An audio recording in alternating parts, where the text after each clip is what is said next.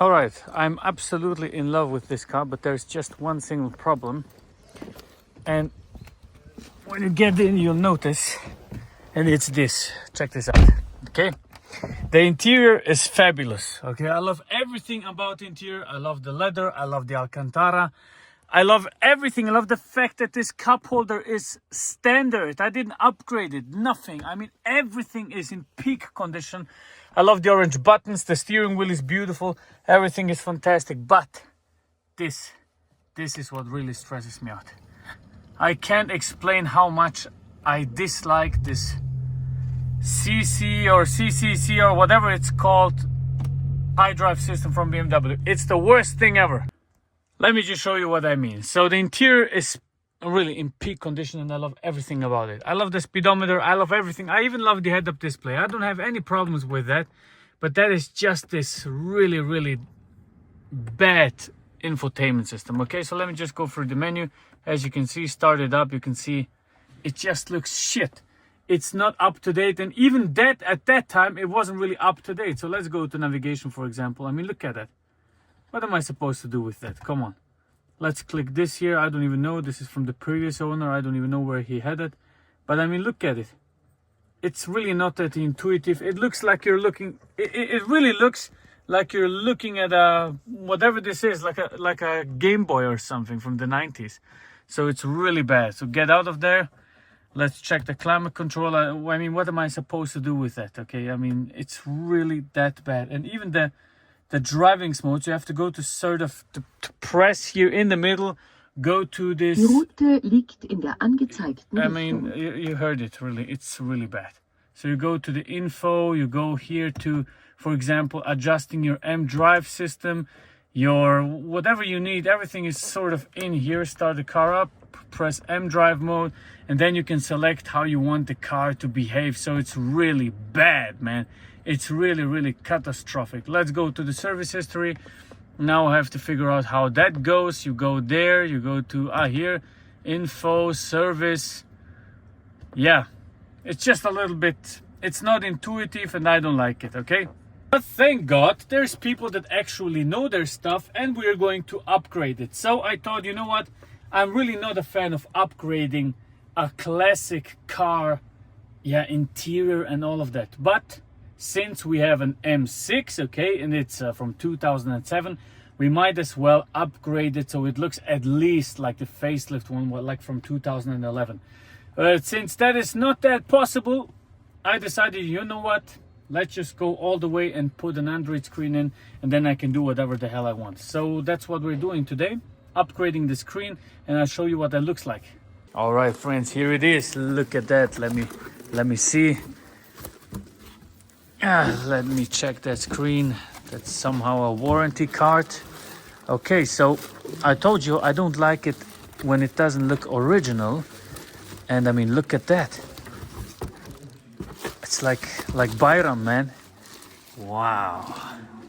So brand new screen, even possible for a micro SIM. It basically looks the same like the old one. But there is, of course, technology behind it, and I can't wait to show you the final result. Let me just see what that brings us. Oh, there's a bunch of stuff that need to be done, as it seems. Yeah, but I'm excited. I'm really excited. And if somebody doesn't want it, for example, or if it stresses me out in the future, this is probably the Bluetooth adapter. So you put it into aux, connect with this little piece of Bluetooth, and then it should connect to this Android screen. And interesting thing is, I was a little bit concerned about the quality of the audio, but I hope this is going to work fine. So I've also decided to go with the basic. We're just going to put an Android screen in, but I still have parallel to that the original infotainment system in the background. So it's like you put like two OSs next to each other, just in parallel working.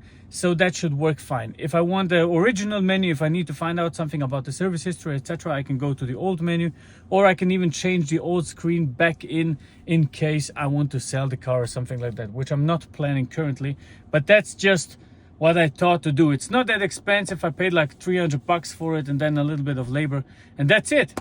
I mean, let's see what that looks like after, and let's check out something else, because there's a friend of mine here that has a very interesting exhaust system. Look at that guy. Look what he's doing. Look at it. Johnny Depp looking guy, man, but working like a maniac. Oh God, I have to leave. I can't watch this because it's going to break my heart. So I will leave. Look at that. You see that? For people that know what it is, look at those exhaust tips a little bit better. Can you see that? Huh? Guess it? You saw that right. That's an Eisenman exhaust. So I think he's going to give us a cold start, and then we have to leave because the neighbors are fucked up. Hey.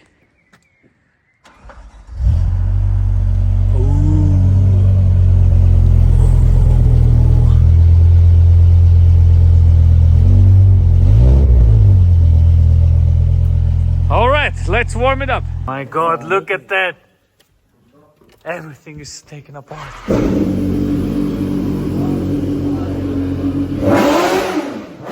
All right, look at that. Not a lot of scratches, so I'm pretty happy about that. But this is really, the look of it is not that nice, to be honest. But anyway, let's get this finished. I want to see that fucking screen. Officially doing my part here, as you can see. I'm helping.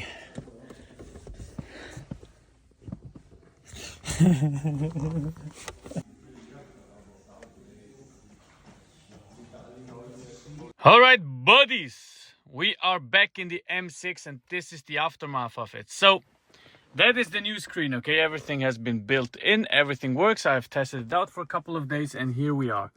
Okay, the brightness is a little bit low. I have adjusted it, but I'll show you what this is. So there's two main infotainment systems now. One is the standard system, which still works. As you can see, I can use my iDrive system. I can go to entertainment, I can go out, I can go to navigation. I can just use the basic infotainment system from BMW. Now, when I press this button here for a little longer, you will see it switches to the Android screen. And this one is actually a touch screen that you can navigate through with your fingers. So let's do it maybe like this so you don't see the reflection that much. So while this works fine, there is just that one thing that I don't like, okay? And it's this, all right? So if I want to steer it with my iDrive system, you can see I just turn once and it skips like 2 or 3 of them.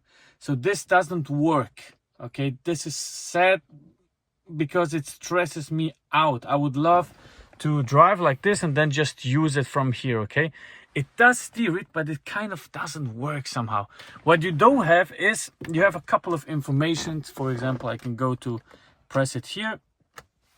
Okay, I can go to car information, for example. This one, it shows me a bunch of like fancy things, but I don't like that one, to be honest. I like it classy. I just use it for Apple CarPlay. So the problem with Apple CarPlay is once I connect it with the phone, you won't be able to see it.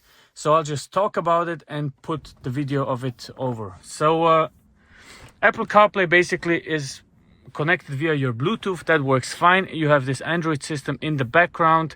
So it is nice. Okay, it is nice, but it's not a premium product. Okay, and you can tell.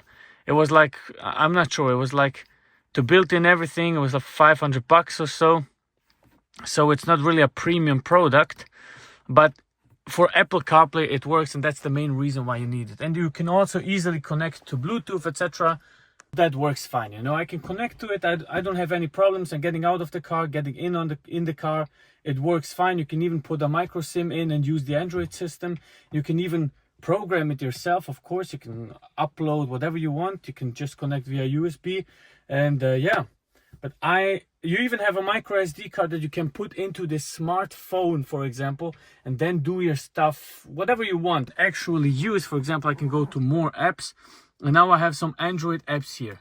So that's not that bad, okay? You can actually use them if you connect it to the internet via hotspot on your phone and so on. So it's not that bad. Just like the factory stuff a little bit more, okay?